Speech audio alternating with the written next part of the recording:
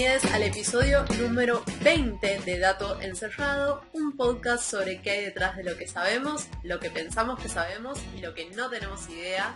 Increíble, me tomaron 42 episodios decir esto sin mirar la descripción de Instagram, pero acá estamos y estamos finalizando la trilogía musical. Muy expectantes por qué nos va a contar Meli en el día de la fecha. Mi nombre es Belén y siempre pienso que a mucha gente le gusta dormir con el sonido de lluvia de fondo, pero yo es algo que detesto, me es imposible conciliar el sueño. Mi nombre es Rocío y un sonido que estoy convencida de que todas las personas de este universo detestan es el sonido de otra persona masticando fuerte. Ay, sí, qué bronca, boluda, no. Es bastante odioso. Igual para mí hay personas que lo odian y se preocupan muchísimo más que otras. O sea, hay personas que son muy sensibles y que escuchan a alguien masticar cuando está masticando normalito, pero existe masticar fuerte y también existe masticar fuerte cuando querés escribir algo concentrada o leer algo y... mal. Igual el ASMR, ¿no? Este famoso ASMR que está tan de moda ahora, ¿no les parece un poco eso? A mí me parece asqueroso porque me parece eso. Sí, a mí me desagrada un montón.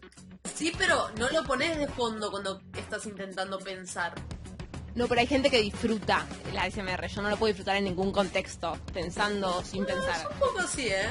No, amiga, la última vez que vi algo de ASMR era tipo una persona con un micrófono tapado con un film que lo llenó de crema arriba y empezó a hacer tipo... Bueno, no sé qué estarán escuchando ustedes ahora, ASMR, pero... o sea... Bueno, boludo, es TikTok, qué sé yo, es esa basura que aparece. Bueno, mi nombre es Melina y no me voy a ir por el lado de los sonidos que odio, sino por el lado de los sonidos que creo que más o menos a todos nos gusta, a todos nos gusta bastante, que es un acorde muy conocido. El acorde de sol mayor.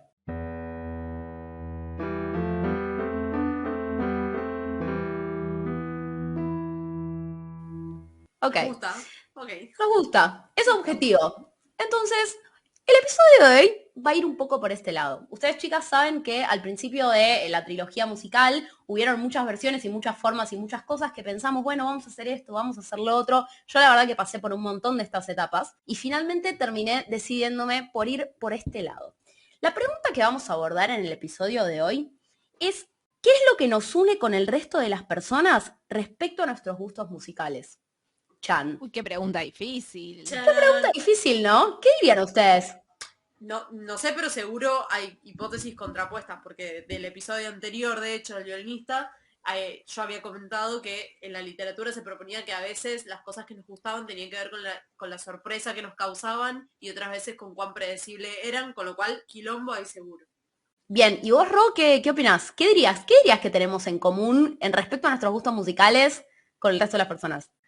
No sé si respondo a la pregunta, pero siento que es recontra cultural y particularmente generacional. Lo que nos gusta nos deja de gustar.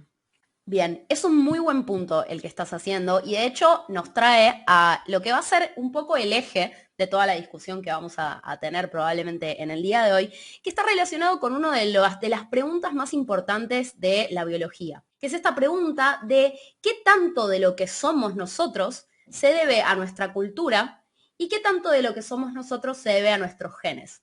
El famoso dilema o pregunta sobre la nurture versus nature o nurtura versus natura, que me parece espantoso dicho en castellano y no tengo planes de volverlo a decir de nuevo así. Entonces, en el fondo, en este episodio, sobre lo que nos vamos a estar preguntando es un poco sobre esto de cuánto de lo que nos gusta de la música es parte de algo de nuestra naturaleza o, como decía Belén hace un rato, es algo más innato, o es algo más adquirido, algo más relacionado con la cultura, como proponía Rocío recién, que decía, bueno, la respuesta a qué tenemos en común con el resto de la gente respecto a nuestros gustos musicales es muy difícil de responder porque cultura y no sé, o sea, no se puede. La solución es que mandaron a un grupo de bebés a la selva y que se criaran sin cultura y después se fijaron qué música les gustaba. No, ya es viejo. El chiste de mandarlos a la selva ya es viejo. Ahora los mandamos a Marte. Claro. Jeff Bezos está traficando bebés al espacio para hacer experimentos. Seguro que sí. 100%. Ya que estamos hablando del tema, otra buena forma para averiguarlo es separar trillizos al nacer, mandarlos a familias distintas de distintos niveles socioeconómicos a que vivan su vida ahí y después dejar que se reencuentren a los 20 años. Y hacer un documental ya que estás. Y hacer un documental y hacer Netflix y todo eso. Así que se los recomiendo. Esa es otra serie que eso es un documental que salió hace muy poquitito en el que discuten también este dilema que de nuevo, como les decía, es súper importante y súper fundacional en los debates de biología. Entonces hoy vamos a explorar un poco este debate en torno a la música. ¿Qué pasa? Entre culturas, ¿sí? Entre distintas culturas, la cultura, por ejemplo, esta división famosa que hacemos, la occidental y la oriental, la música que se escucha es bastante diferente. Pero no dejan de haber algunas cosas algunos puntos importantes que tienen en común. Y para contarles estos puntos que tienen en común, tengo que referirme brevemente, y me van a tener que disculpar, a un poco de teoría musical y un poquito de teoría del sonido. En principio, el sonido lo vamos a definir como una variación en la presión del aire, ¿sí? Que está ocasionada por algún tipo de movimiento, algo que puede ser, por ejemplo, una cuerda que está moviéndose, que está vibrando. Entonces, esta vibración es lo que va moviendo el aire y hace que las partículas se vayan comprimiendo y se vayan estirando y se vayan comprimiendo y se vayan estirando sucesivamente. Y de esta forma, esta compresión y este estiramiento de las partículas en el aire es como el sonido efectivamente se va propagando. Imagínense, por ejemplo, si tiramos, no sé, una moneda de $1 o una gotita de lavandina en una palangana de agua que está quieta. El sonido, la propagación del sonido es algo bastante parecido así. Bastante parecido a esto. Entonces, esta propagación, las ondas de sonido tienen una forma sinusoidal, ¿ok? Son como curvas que van subiendo. ¿Cuál es la forma fácil de decir esto? Sube y baja y sube y baja. Son curvitas que suben y bajan, dijeron las biólogas. Entonces, por ejemplo, como el sonido está definido como esta perturbación en el espacio sabemos que no hay sonido, porque no hay aire para ser movido. Eso un poco lo sabía y otro poco cuando lo volví a escuchar fue como, Es de esas cosas que no dejan de sorprenderte cuando las volvés a ver. Claro, es como, obvio, pero si hace 5 minutos me decías, che, en el espacio hay sonido, no sé si te diría que no. Claro. Bueno, y entonces volviendo a la vibración esta tiene una forma de onda, esa era la forma fácil de decir lo que quería decir. Entonces tiene una forma de onda y esta onda va a llegar eventualmente, ¿sí? Dependiendo de dónde esté y de varias otras cosas más, a nuestros oídos. Y de nuevo, dependiendo de algunas características que ahora vamos a ver de estas ondas de sonido, las vamos a poder percibir a partir de nuestro sistema nervioso y las vamos a procesar y entender, esto es un sonido de esto, sonó el timbre, ladró un perro o lo que sea. Hay algo que me flashea mucho, que es que por una cuestión anatómica, digamos, a medida que envejecemos, vamos perdiendo la capacidad de oír ciertas frecuencias. Muchas veces en mi vida me crucé con esos videitos de las personas de más de tal edad no pueden escuchar esta frecuencia y sonaba un pip. Y hace poco me pasó por primera vez de encontrarme con uno de esos videos y no escucharlo. Y fue como, No. estoy vieja. Tipo, esta es la prueba que estoy vieja. Gravísimo.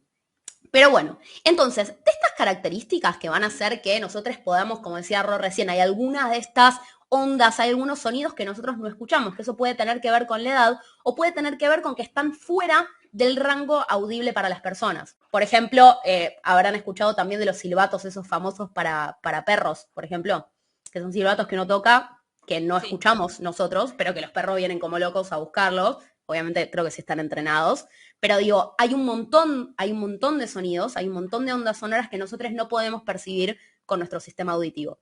Sin ir más lejos, las que emiten y reciben los murciélagos para poder ecolocalizar. Por ejemplo, haciendo referencia a un muy buen capítulo del episodio de la temporada anterior. Los murciélagos de chihuahuas con alas. Chihuahuas con alas, ahí está. Gran capítulo, gran. De estas características que les mencionaba de las ondas, la que más nos va a importar es la frecuencia. Y la frecuencia está definida como el tiempo en segundos que tarda una onda en volver al lugar en el que empezó. De nuevo, estamos hablando de las ondas, de estas perturbaciones en el aire que se dan a partir de algún movimiento. Entonces, ¿qué pasa? Algo importante es que no cualquier sonido, ¿sí? Esto capaz también ustedes lo pueden detectar, no cualquier sonido es considerado un estímulo sonoro.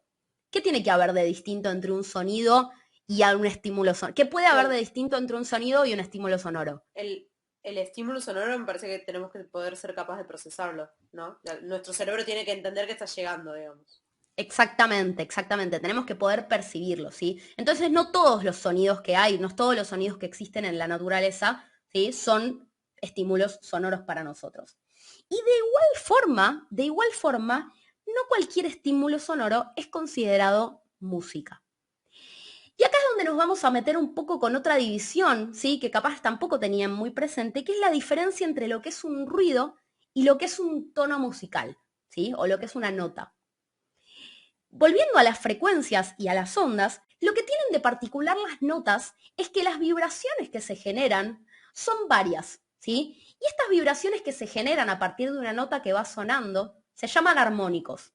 Son vibraciones que tienen una amplitud, o sea, que generan una energía bastante más baja que la amplitud principal, digamos, lo que identifica a la nota que estamos tocando. Supónganse que estoy en un piano y toco la nota la.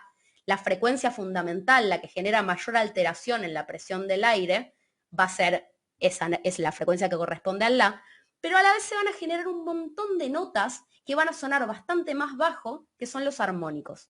Y todos los tonos están compuestos por esto. Ahora, por el contrario, lo que nosotros consideramos ruido son una mezcla de muchas frecuencias que están sonando constantemente a distintas, o sea, con distintas energías y sin ningún tipo de periodicidad. Las notas tienen una característica de que esta onda de la que yo les estaba hablando antes es súper periódica y se puede escuchar claramente. O sea, que tiene que ver en realidad con lo ordenado y lo limpio. O sea, como una pureza del sonido más que... Es que es exactamente eso. De hecho, el sonido que vos mencionabas al principio, el sonido blanco, ¿cómo lo clasificarías? ¿Como un tono o como un ruido? Un ruido. Es un recontra ruido. De hecho, el sonido blanco es un gran ejemplo de un montón de frecuencias que están sonando sin ninguna periodicidad, o sea, está todo mezclado al mismo tiempo, es un sonido muy poco puro y que por eso se escucha así todo tan, ¿cómo decir la palabra? Todo como, no sé. Ruidoso. Gracias. Entonces, ¿qué pasa con estas notas? Bueno, en la naturaleza hay un montón de tipos de sonidos diferentes, pero la mayoría de los sonidos, que de nuevo ahora sí estamos hablando de estímulos sonoros, es decir, de cosas que podemos escuchar, dentro de las cosas que podemos escuchar, la gran mayoría de información sonora es ruidosa. Y la fuente principal de tonos que nosotros escuchamos provienen de nuestra voz y de la música. Ok, o sea, durante el día escuchamos muchos estímulos sonoros, pero dentro de esos estímulos sonoros una buena parte es ruido y lo que no es ruido en general es o voces o música.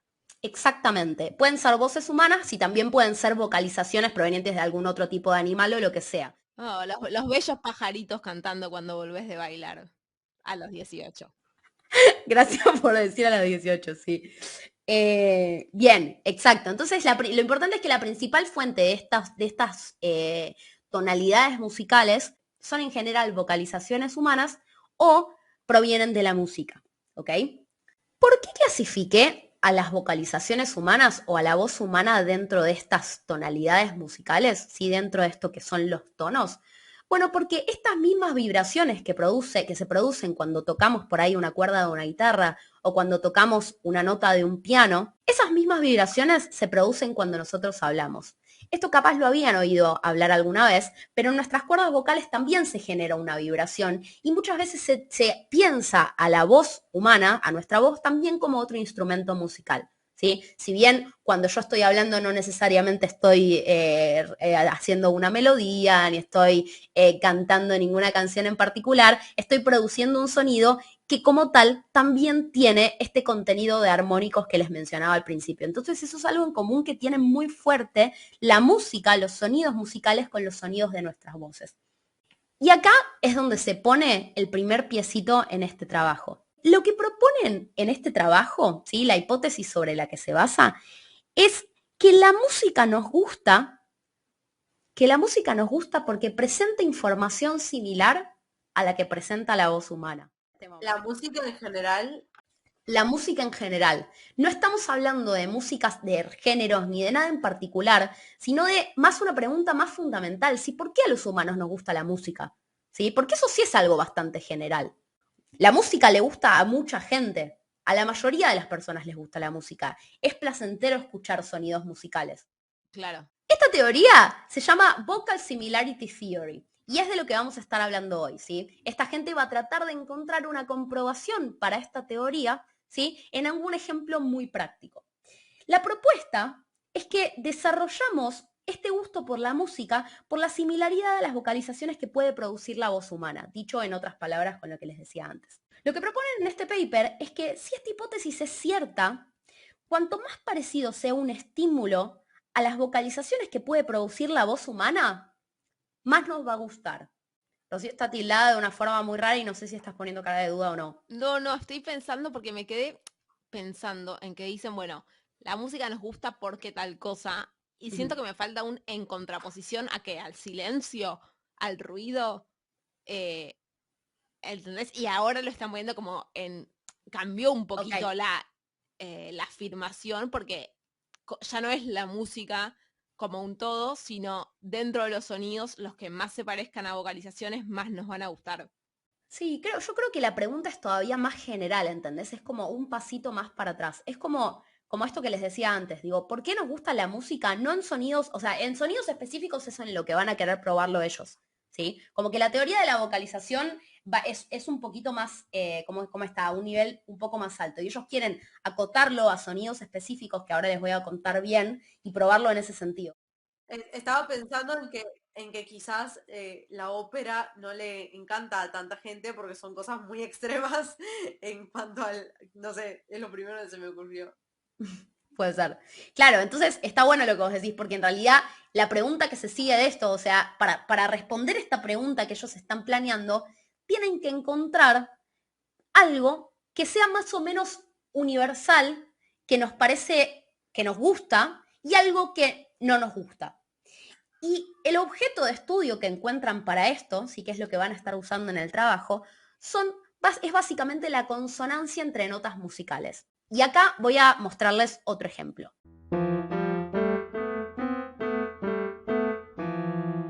Entonces, es bastante universal, y esto sí se sabe, es bastante universal que las notas, que hay notas que juntas suenan consonantes y notas que juntas suenan disonantes.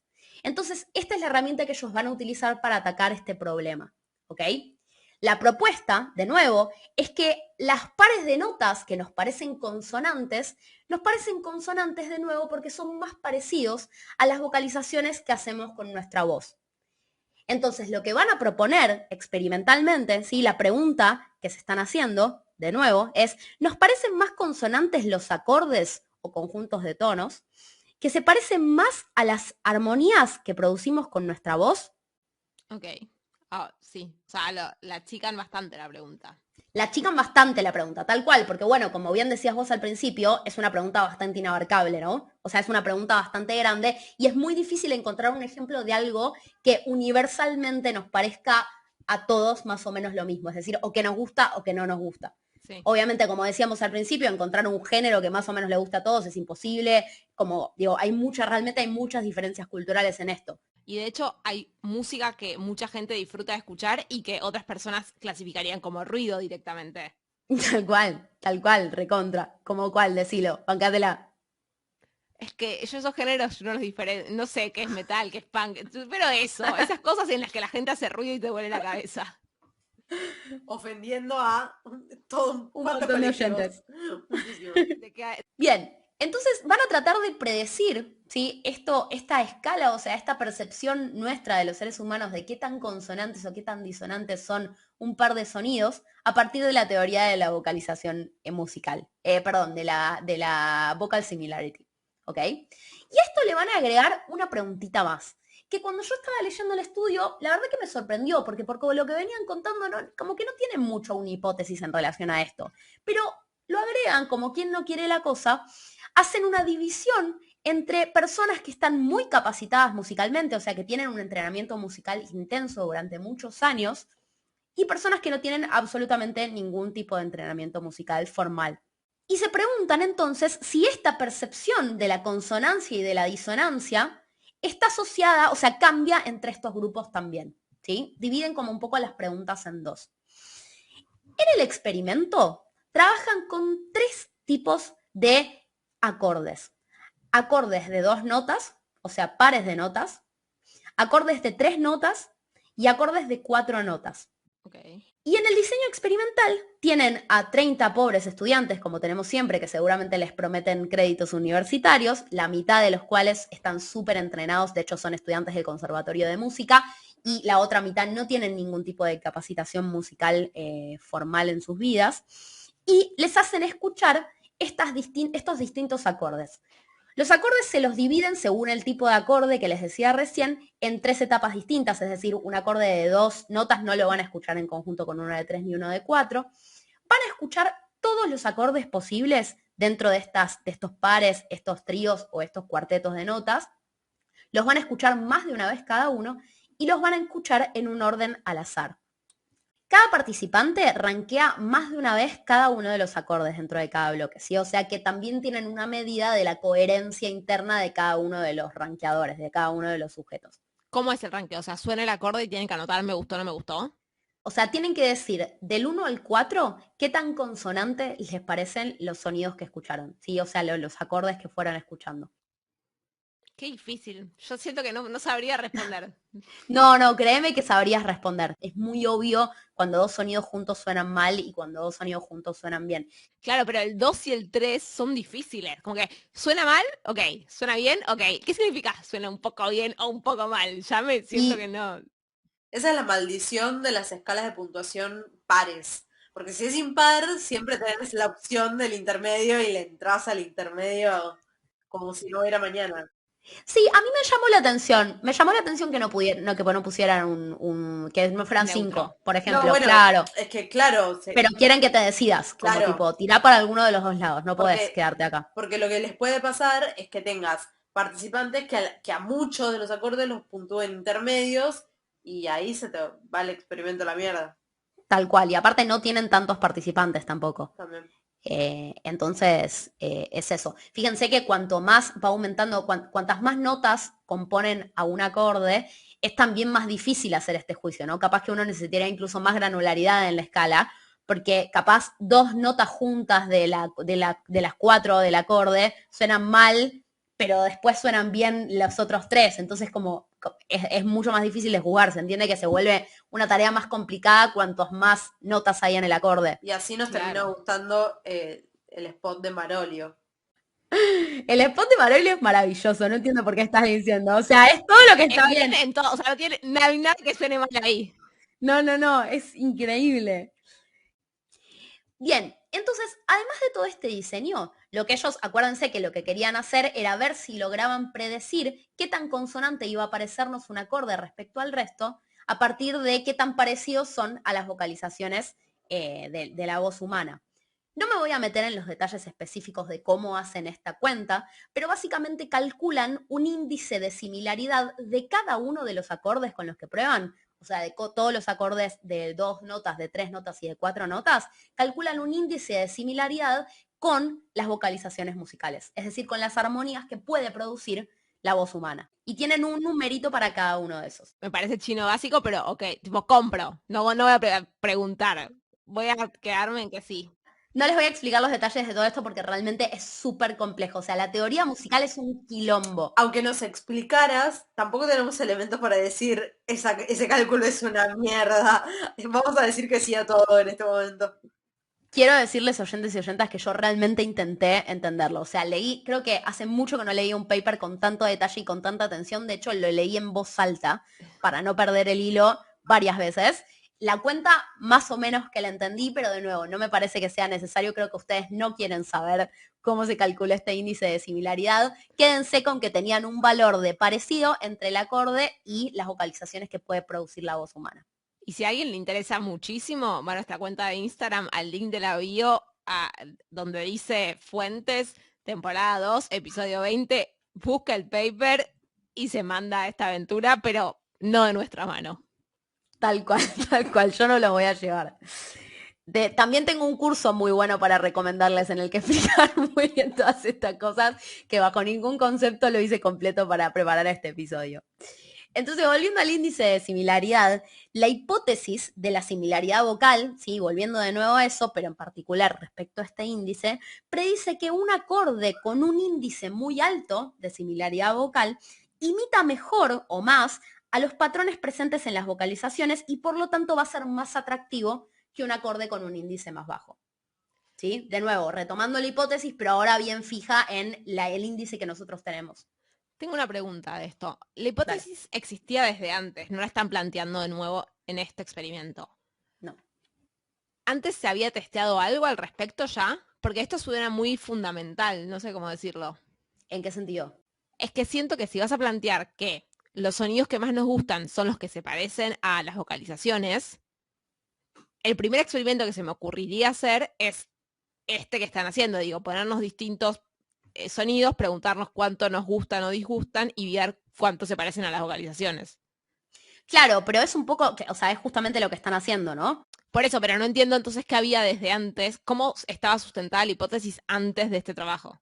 Se había hecho este mismo experimento varias veces y se había hecho con algunos acordes. De hecho, es algo que mencionan en el trabajo. Dicen que antes de este había 2 trabajos que se habían publicado antes, pero que tenían, por ejemplo, en vez de poner todos los acordes posibles de 2 notas de 3 y de 4, que son un montonazo, ¿sí? En vez de poner todas esas posibilidades, ponían solamente los que están más frecuentes en la música que escuchamos. Entonces hay un sesgo súper importante ahí. Es como lo que siempre decimos, tipo, you had one job. O sea, no puedo creer que no las pusieron todas, pero bueno, eligieron las que más se escuchan en la música. Entonces las puntuaciones que daba la gente estaban súper sesgadas para el lado del gusto. Claro, entonces el trabajo lo que viene es a dar robustez a esta idea previa. Exactamente, exactamente. Y amplía esto sí, de las 3 notas y de las 4 notas sí que no lo habían hecho bien antes. Eso estaba muy flojo. Lo de las 2 notas sí estaba. Y acuérdense que es súper importante en realidad este paradigma relacionado con la consonancia y la disonancia, porque estamos tratando de hacer este experimento con algo que más o menos acordemos todos. ¿Sí? Claro. O sea, que más o menos estemos de acuerdo en que hay un par de notas que es consonante y un par de notas que es disonante. ¿Se entiende? Deberían haber testeado a priori que la gente es muy coherente, o sí, coherente creo, que mucha gente puntúa como consonante las mismas cosas. Sí, no lo testearon a priori, lo testearon en este experimento y dan el valor, que es muy alto. Eso. Sí, o sea, ven, lo primero que ellos evalúan, ya yéndonos un poco a los resultados del experimento, lo primero que van a evaluar es qué tan parecidos son las puntuaciones del propio sujeto, lo que sería el intra-rater. Coherencia interna. Eso, la coherencia interna de Claro, para todas las veces es que ven un sonido, qué tan coherentes son con lo que dijeron, porque si una vez puntúan 1 y otra vez puntúan 4 y otra vez puntúan 2 y así, es como, bueno, estás tirando números al azar. Y también Tal lo mismo con otra gente, porque tampoco te sirve si la mitad de la gente dice 1 y la otra mitad de la gente dice 4, bueno, es medio extraño, o sea, más o menos tiene que estar, ahí va. Exactamente, y de hecho eso te tira un poco por abajo todo el experimento, ¿no? Digo, si no hubiera una buena coherencia entre lo que opina la mayoría de la gente sobre la consonancia y la disonancia de los acordes, entonces no agarraste algo que sea tan universal, no te agarraste algo en lo que estemos más o menos de acuerdo todos, ¿sí? Entonces sí, las primeras cosas que chequean son esas 2 medidas. Respecto a lo de el entrenamiento musical, ¿qué hubieran dicho ustedes que iba a dar? ¿Qué piensan? Y en principio entiendo que si lo que están buscando es ver un efecto que se da en la población, no debería haber diferencia entre quienes tuvieron entrenamiento musical y quienes no. Yo quizás a priori hubiera dicho que quizás eran más estrictos a la hora de decir qué es lo consonante, qué es lo disonante. O sea, decían que eran consonantes menos cosas que el resto de la gente. Ok, puede ser. Puede ser de hecho que ese efecto haya estado. Pero la realidad es que no encuentran ninguna diferencia importante entre los ratings y las percepciones, digamos, de las personas que tenían mucha capacitación musical y las que tenían poca capacitación musical. Y esto me retrae de nuevo a por qué pusieron este grupo, ¿no? Porque de nuevo es llamativo, si ustedes oyentes y oyentas leen el trabajo en algún momento, es llamativo cómo no tienen hipótesis en relación a esto. Y que en general nos tratan de explicar, o por lo menos esa es la noción de ciencia que todavía tenemos habiendo publicado poco y nada de nada, que uno tiene que tener hipótesis de las cosas que propone, ¿no? Pero la realidad es que en la introducción que ellos cuentan no dicen nada sobre esto y en la conclusión tampoco lo retoman, como que dicen, no hubo diferencia entre estos dos. Entonces termino pensando un poco que era como una especie de control, como para chequear que realmente, o sea, es otro grado de chequear la universalidad de esta percepción. ¿no? Como, bueno, es tan universal que personas que no tuvieron nunca entrenamiento musical y personas que tienen clases de música desde los, tipo, 2 años, les parece lo mismo. Claro. El análisis de similaridad vocal, y agárrense si querían saber lo que significa la robustez, el análisis de similaridad vocal predijo para los acordes de 2 notas que predijo el acorde percibido como el más consonante en el 96% de los casos. Es decir, el parecido con las notas que podemos producir, con las vocalizaciones humanas, pudo predecir cuál era la nota que les iba a parecer a las personas más consonantes en el 96% de los casos. Es un montón. Es un montón, pero estoy un poco confundida de qué significa ese 96% de los casos. Agarraron cada uno de los acordes y hicieron pairwise comparisons, o sea, compararon un acorde, la consonancia percibida de un acorde con la consonancia percibida de otro. La consonancia percibida de uno así con todas las combinaciones. De las que dieron significativas, es decir, de las que fueron percibidas como con consonancias diferentes, ahí se fijaron si la teoría de la vocalización predecía bien cuál de esas dos iba a ser la más consonante. Ya entendí. Hicieron A versus B. ¿Cómo dieron en consonancia? ¿Dieron igual las dos? Bueno, no nos sirve. Agarraron C versus D. ¿Cómo dio la consonancia? Que es lo que votó, digamos, lo que puntuó la gente. Dieron Exacto. distintas, perfecto. Ok. ¿Cuál era la similitud de cada uno respecto a las vocalizaciones humanas? D tenía mayor similitud. Ok, entonces el modelo predice que D es la que va a ganar, digamos, entre comillas, la batalla y la que va a tener mayor consonancia. Y eso pasa el 96% de las veces. Exacto, exactamente. Lo mismo, el mismo análisis lo repitieron para los acordes de 3 notas y para los acordes de 4 notas, las mismas comparaciones, y tuvieron, en el caso de 3 notas, un 97% de predicción correcta, y en el caso de las 4 notas, un 99%. No sé qué opinan ustedes, pero me parece que bastante robusto el Yo igual resultado. el grafiquito que, o sea, no estaba esperando ese análisis, yo lo que estaba esperando era un grafiquito de todas las... no, pero no tengo el GI. O sea, como que esperaba algo del estilo, un puntaje de consonancia para cada acorde, y los que tienen más puntaje de consonancia son los que tienen mayor similitud con las vocalizaciones humanas. Es que no es tan lineal. Claro, por eso no sirve. No se puede, no. Hay un gráfico parecido a eso, lo único es que no se puede relacionar esas dos variables tan linealmente porque no es que van aumentando tipo, o sea, no es tan lineal esa variable de las vocalizaciones humanas. Y aparte porque de la similitud, yo imagino que puedes tener un montón como de puntajes y del otro tenés de 1 a 4, entonces es medio extraño comparar esas cosas. Sí. Sí. Igual tenés de 1 a 4, pero con varios sujetos, con lo cual un poquito podría cambiar, pero sí. Mi pregunta, antes de aplaudir de pie la robustez, es ¿cuántos, más o menos, si te acordás, cuántas comparaciones había? Sí, porque digo, hicieron las comparaciones de a pares de todas las combinaciones posibles de estos acordes, pero se quedaron solo con las que daban resultado distinto de concordancia. De consonancia. Eso que dijo la chica. La cantidad de acordes en cada uno de los grupos, es decir, en los pares, en los tríos y en las tetradas, son 12 en las diadas, digamos, en las notas de 2, con 12 combinaciones posibles. Después son 66 tríadas y 220 tetradas. O sea, hay todas esas combinaciones en cada uno de los grupos, todos esos acordes en cada uno de los grupos. Y vos lo que me preguntas es de ese porcentaje, o sea, de esa cantidad que hay, ¿cuántos fueron percibidos como consonantes? ¿Cuántos fueron percibidos con diferente consonancia entre sí? En el caso de las diadas, en el caso de los 2 acordes, 50 de 66 comparaciones dieron de diferente consonancia. Una bocha. Un montón. En el caso de las tríadas, el 50% menos. Y en el caso de las tétradas, el 30%. Está bueno lo que preguntaste, está muy bueno, porque en realidad también se remonta a lo que decíamos al principio de cuánto más difícil es clasificar la consonancia o la disonancia de las notas en función de cuántas notas tiene cada acorde, ¿no? Entonces ahí se ve, en ese numerito se ve qué tanto más difícil era o qué tanta más sucia era la medición. Sí, también, y acá ya estoy especulando, y no me interesa que vayas a chequear, pero digo, tendría sentido pensar que por ahí en los acordes de 2 notas hubo muchas más valoraciones como 1 y 4, digamos, los valores extremos de Exacto. consonancia y disonancia, y que en los acordes de 4 notas haya habido más valores intermedios. Suena Digo, razonable. sería coherente con lo que estamos diciendo. Sí, suena razonable. De hecho, probablemente eso sea lo que hace también que no haya diferencias significativas entre tantos de esas comparaciones, ¿no? Claro, por eso.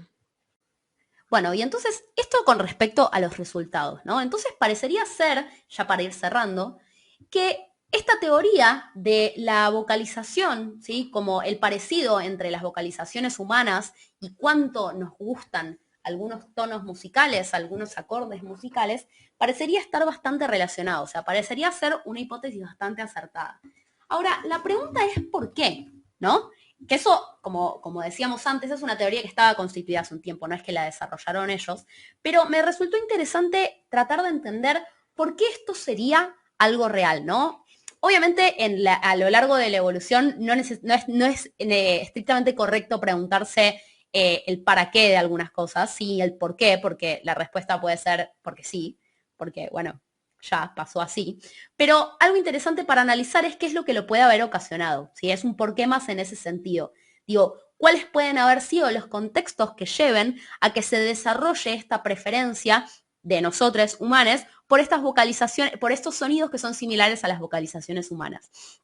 Entonces, el argumento va por el lado de lo que yo decía al principio, de que la mayoría de los estímulos, perdón, de que la mayoría de los estímulos tonales, es decir, no ruido, provienen de vocalizaciones de conespecíficos, ¿sí? O sea, de los estímulos tonales, de los sonidos que percibimos a nuestro alrededor, que no son ruido, la mayoría son gente hablando, por ejemplo, ¿no? ¿Estamos de acuerdo con esto? No tanto, porque pienso que hoy en día sí, pero cuando empezó los sonidos, no sé cómo decirlo, por ahí también había muchísimo más sonido de animales en la vida Animales, bueno, diaria. claro, pero fíjate que los sonidos de animales también tienen esto de los armónicos, ¿sí? Es decir, no tienen la misma similaridad o el mismo grado de similaridad capaz con nuestras vocalizaciones y probablemente no haya el mismo grado de preferencia, pero también tienen este flash de los armónicos. En los pajaritos creo que alguna vez lo hemos estudiado, de hecho. Entonces, capaz no son de conespecíficos necesariamente, pero sí son de otros individuos que pueden producir estos tipos de tonos con armónicos de los que estamos hablando. ¿Okay? Entonces recibimos bastante de esa data. Lo importante de estas vocalizaciones de los conespecíficos es que este espectro tonal que escuchamos, digamos, incluyendo estos armónicos, puede ser muy importante, ¿sí? En nuestras vidas, porque, por ejemplo, nos puede dar muchísima información sobre la proveniencia de ese sonido, ¿no? Por ejemplo, si yo estoy escuchando una voz humana, yo puedo llegar a inferir un montón de cosas como el tamaño de quien me está hablando, que, bueno, capaz hoy en día tampoco es una cosa tan relevante, digo, pero el tamaño, la edad, el género que puede llegar a tener una persona, quién es esa persona, ¿no? Nosotros también identificamos mucho las voces de quién está produciendo ese sonido y también el estado emocional de quien los está produciendo, ¿no? Y todas estas cosas están relacionadas con estas vocalizaciones humanas. Entonces, en algún sentido, ¿sí? Parece razonable pensar que haya habido alguna especie de presión selectiva, ¿sí? En que tengamos un atractivo perceptual hacia este tipo de sonidos, que sean parecidos a las vocalizaciones humanas, ¿sí? Básicamente, prestarle atención a a las vocalizaciones humanas nos trae beneficios y entonces tiene Claro. sentido que haya habido una referencia por eso. Y que nuestros sistemas perceptuales se hayan moldeado para poder preferir estas cosas. Ahora, algo que sí que no se sabe, ¿sí? Que de hecho le proponen al final del paper, pero muy como por el costado para ver, o sea, para contar, para decir que lo buscaron, digamos, para contar que estuvieron leyendo papers, es por qué, ¿no? O sea, por qué a nivel neuronal. O sea, ¿qué pasa? ¿Qué pasa en nuestro sistema nervioso cuando estamos percibiendo estos distintos estímulos? ¿Y por qué se procesan diferente? ¿Por qué preferimos unos por sobre otros a nivel neurona, a nivel procesamiento nervioso? Eso es algo que, por ejemplo, todavía no se entiende bien. Y hay un par de hipótesis dando vueltas que, de nuevo, no vienen al caso, pero creo que es un tema en el que se va a seguir avanzando en los próximos años. Lo anotamos para la temporada 7 de en qué quedó todo lo que fuimos presentando en las primeras temporadas. Me parece apropiado. Para cerrar, ellos terminan volviendo a este dilema que les planteaba al principio, ¿no? Esto de nurture versus nature, qué es innato, qué es adquirido. Y básicamente cierran diciendo algo que me parece muy lindo, que es que no tenemos que dejar de tomar a estas dos cosas por separado. O sea, creo que muchas veces, y esto no sé qué les parece a ustedes chicas, pero muchas veces también tenemos muchas ganas de poder responder estas preguntas y decir, no, esto es 100% genético, esto se debe al ambiente, esto es así, esto es así. Y justo respecto a este tema, ¿sí? Justo respecto a este tema, es muy difícil disociar estas dos cosas, ¿sí? Entonces lo que propone este chabón es decir, bueno, ya está, dejemos de meternos en esta pelea, ¿sí? Esto es algo que se debe a una evolución conjunta de nuestro sistema auditivo y a la vez de lo que la cultura nos va dando y lo de los sonidos de los que nos vamos rodeando, etcétera. Entonces es muy difícil de separar en algún punto, ¿sí? Me pareció como un poco lindo poner un parate a esa necesidad de responder o de resolver este dilema que la realidad es que recorre a la historia de la biología desde hace no sé cuánto tiempo. Y bueno, lo que dice es, ya está, ya fue, chicos. Soltemos esto, Sí, sigamos sí. para adelante sin tratar de Move on. separar estas dos cosas. Move on, ya está, ya pasó. Sí, además hay algo de que con particularmente cosas que evolucionaron durante tantos años, digamos, también se hace difícil de separarlo de la cultura de hace tantos años. No sé cómo explicar lo que quiero decir, pero ¿me entienden? Sí, sí, te entiendo. O sea, es un poco lo que decías vos recién, tipo, ¿qué tan rodeados estaban de personas la gente que vivía en las cavernas, por ejemplo? No sé, ¿cuál era la cultura de esas personas? Claro. ¿Cuántos sonidos de estos recibían? O sea, es muy difícil de estudiar, es muy difícil de estudiar. Y es difícil al punto de como, ya fue, chicos. O sea, no vayamos por este lado. Dejemos de intentarlo. Dejemos de intentarlo, ¿sí? Dejemos de intentarlo. Bueno, cerramos la trilogía musical. Gracias por acompañarnos hasta acá. Nos escuchamos la semana que viene probablemente. Y como siempre, les repito que nos pueden seguir en nuestra cuenta de Instagram, donde contamos los adelantos de los episodios, pero también pasan otras cosas, que es @datoencerrado. Nos pueden seguir en Spotify, nos pueden seguir en YouTube, que también subimos los episodios. Nos pueden seguir en Twitter ahora, que también tenemos cuenta de Twitter, y también es @datoencerrado. Y si disfrutan del podcast, pueden contarle a otra persona para que lo escuche. Y además, si tienen ganas de hacer un aporte económico, pueden entrar a cafecito.app/datoencerrado y dejarnos su aporte para que el podcast crezca y se profesionalice un poco más. Nos escuchamos la semana que viene. Hasta la próxima.